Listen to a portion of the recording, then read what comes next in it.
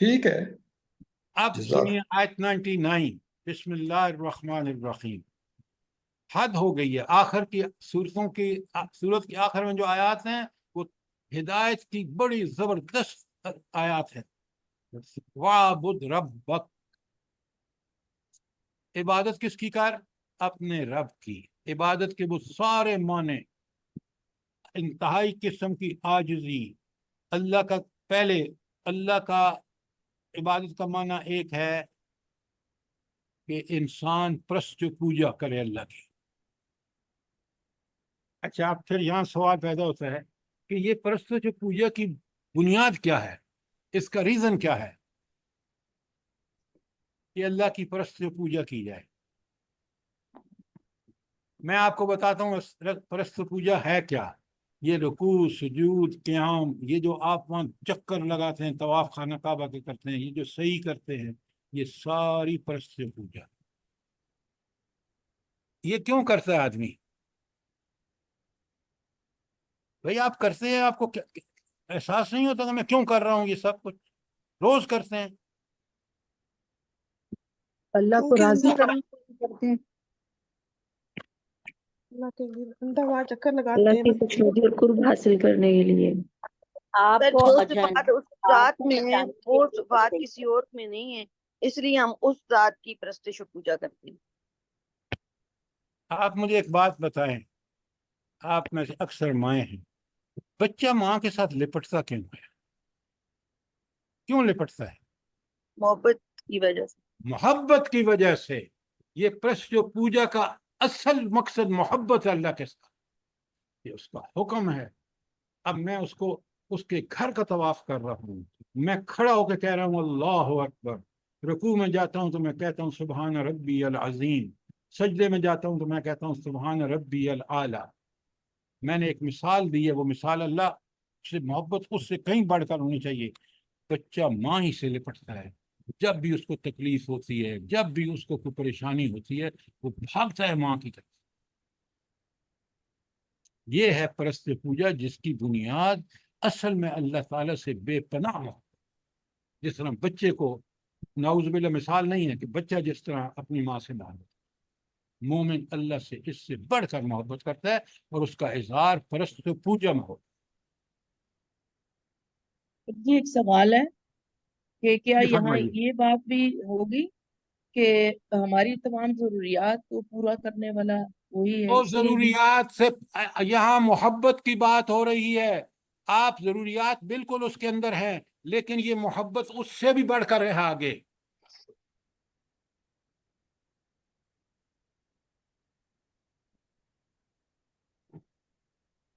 وہ جو اللہ نے بچے کے دل میں محبت رکھی ہے نا، اللہ نے رکھی ہے ماں کے دل میں اور بچے دونوں کے دل میں. مومن اپنے ایمان کی وجہ سے اس محبت کا اظہار کرتا ہے اپنے پرست پوجا میں. آپ کلمات دیکھ لیں جو آپ سجدے میں اور رکوع میں کہتے ہیں، اور یہ پرست پوجا سجدہ اور رکوع. فالحانہ طواف کرتے ہیں آپ، 7 چکر آپ لگاتے ہیں صفا اور مروہ کے، وہ محبت ہے اللہ سے.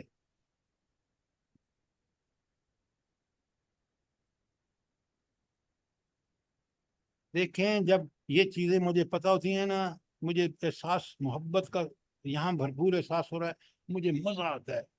میں سجدے میں 3 دفعہ پھر نہیں پڑھتا، صرف میں کہتا ہوں میں سجدے میں وہ ساری تسبیحات پڑھوں جو نبی کریم صلی اللہ علیہ وسلم سے منقول ہیں. آپ کا سجدہ آپ کو ویسا سکون دیتا ہے کہ آپ پھر سمجھ جاتے ہیں کہ میرا رب سے کنیکشن مل گیا ہے.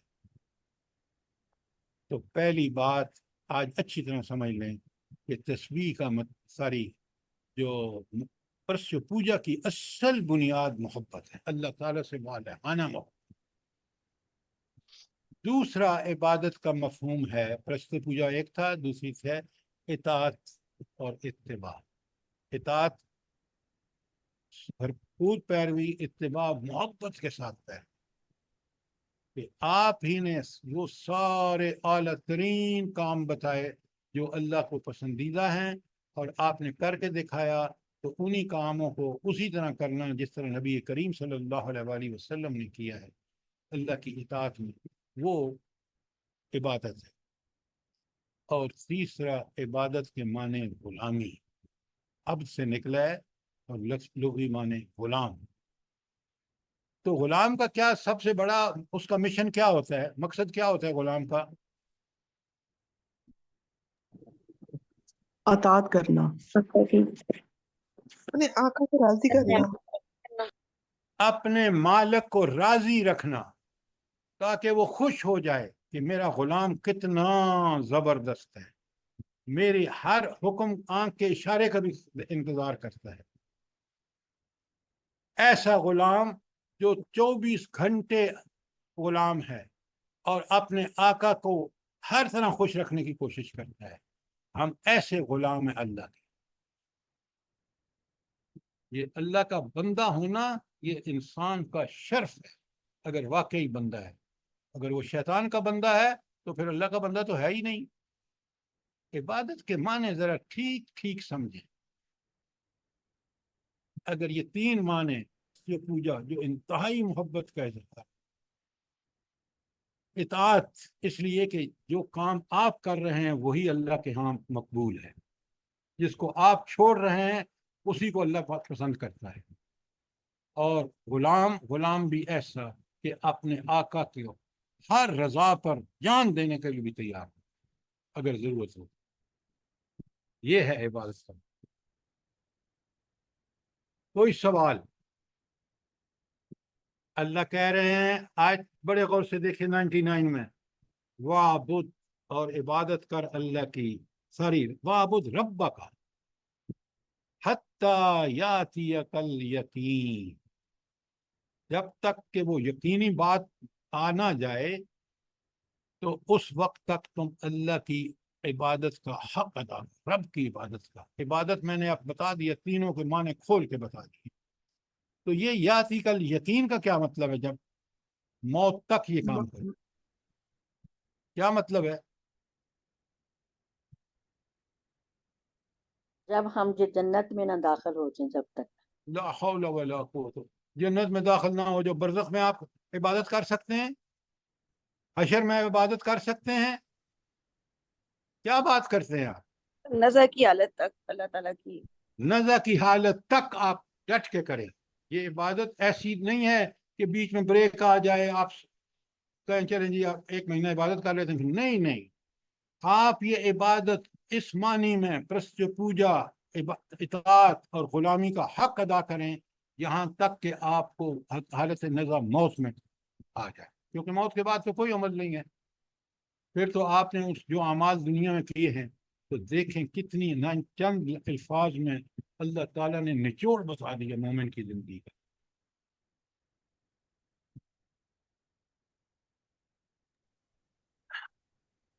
سر اس میں ذرا تھوڑا بتائیں کہ اس وقت امت مسلمہ عبادت میں کوئی کمی نہیں ہے، پرستش، پوجا، حج بڑھ کے کر رہے ہیں، مسجدیں بھی کافی آباد ہیں، لیکن اس کا ثمر اللہ تعالیٰ جب سب محبت سے کر رہے ہیں تو یہ ثمر بھی تو آنا چاہیے کہ وہ مدد کرے بے اموال سر میری و بات بنین۔ سنیں، میری بات بڑی کلیئرلی سنیں۔ یہ آپ کیسے کہہ سکتے ہیں کہ آج کل مسلمان پرست پوجا کا حق ادا کر رہے ہیں؟ ہمارے دلوں میں مال کی محبت، دنیا کی محبت، خواہشات اتنی بڑی ہوئی ہے کہ اللہ کی محبت، میں جنرل کی بات کر رہا ہوں، جنرلٹیز کی۔ بتائیں مجھے اللہ کی وہ محبت ہے جو صحابہ اور صحابیات میں تھی، جو اللہ کے رسول صلی اللہ علیہ وسلم کو تھی؟ بتائیں مجھے۔ سر جب بندہ حج پہ جاتا ہے، وہ گولی نماز مارے، پڑھ، حج کس پیسے سے کر رہے ہیں آپ مجھے بتائیں؟ مطلب آپ حلال خود کا کہہ رہے پیسہ ہیں کہ ہے۔ بندہ حج اس لیے کرتا ہے کہ اس کو محبت ہے، تو وہ آپ کرتا ہے۔ محبت دیکھیں، وہ محبت اگر وہ محبت ہے تو سب سے پہلے وہ حلال کمائے گا، حلال خرچ کرے گا اور حلال کے پیسے سے حج کرے گا۔ ہم سود کھا رہے ہیں اور ساتھ اللہ کو بھی دیکھیں۔ یہ پارشل جو جزوی دین پر عمل ہے، یہ سب سے بڑی اللہ سے بغاوت ہے کہ کچھ کو ہم ٹھیک مانتے ہیں، کچھ کو ہم۔ تو مسجدیں آباد ہیں، کیا بات کرتے ہیں؟ محلے میں آپ فجر کی نماز پڑھ کے دیکھ لیں، اگر ایک صف بھی پوری ہوتی ہو تو مجھے بتائیں۔ ہمیں نیند پیاری ہے، اللہ الصلاۃ خیر من النوم کو ہم لفٹ بھی نہیں کراتے۔ کیسی بات کر رہے ہیں آپ اپنی آنکھوں سے دیکھ رہے ہیں کہ اللہ کی عبادت کا حق ہم ہرگز ادا نہیں کر رہے۔ ہم جو اللہ کے دین کے سب سے بڑے ٹھیکیدار بنے ہوئے ہیں، ہمیں قرآن سے وہ تعلق ہے؟ بتائیں مجھے۔ جی نمازیں بھی کاروبار میں برکت کے لیے پڑھی جاتی ہیں اور باقی کام بالکل اللہ کے لیے نہیں پڑھی جاتی ہیں، آپ نے بالکل ٹھیک کہا۔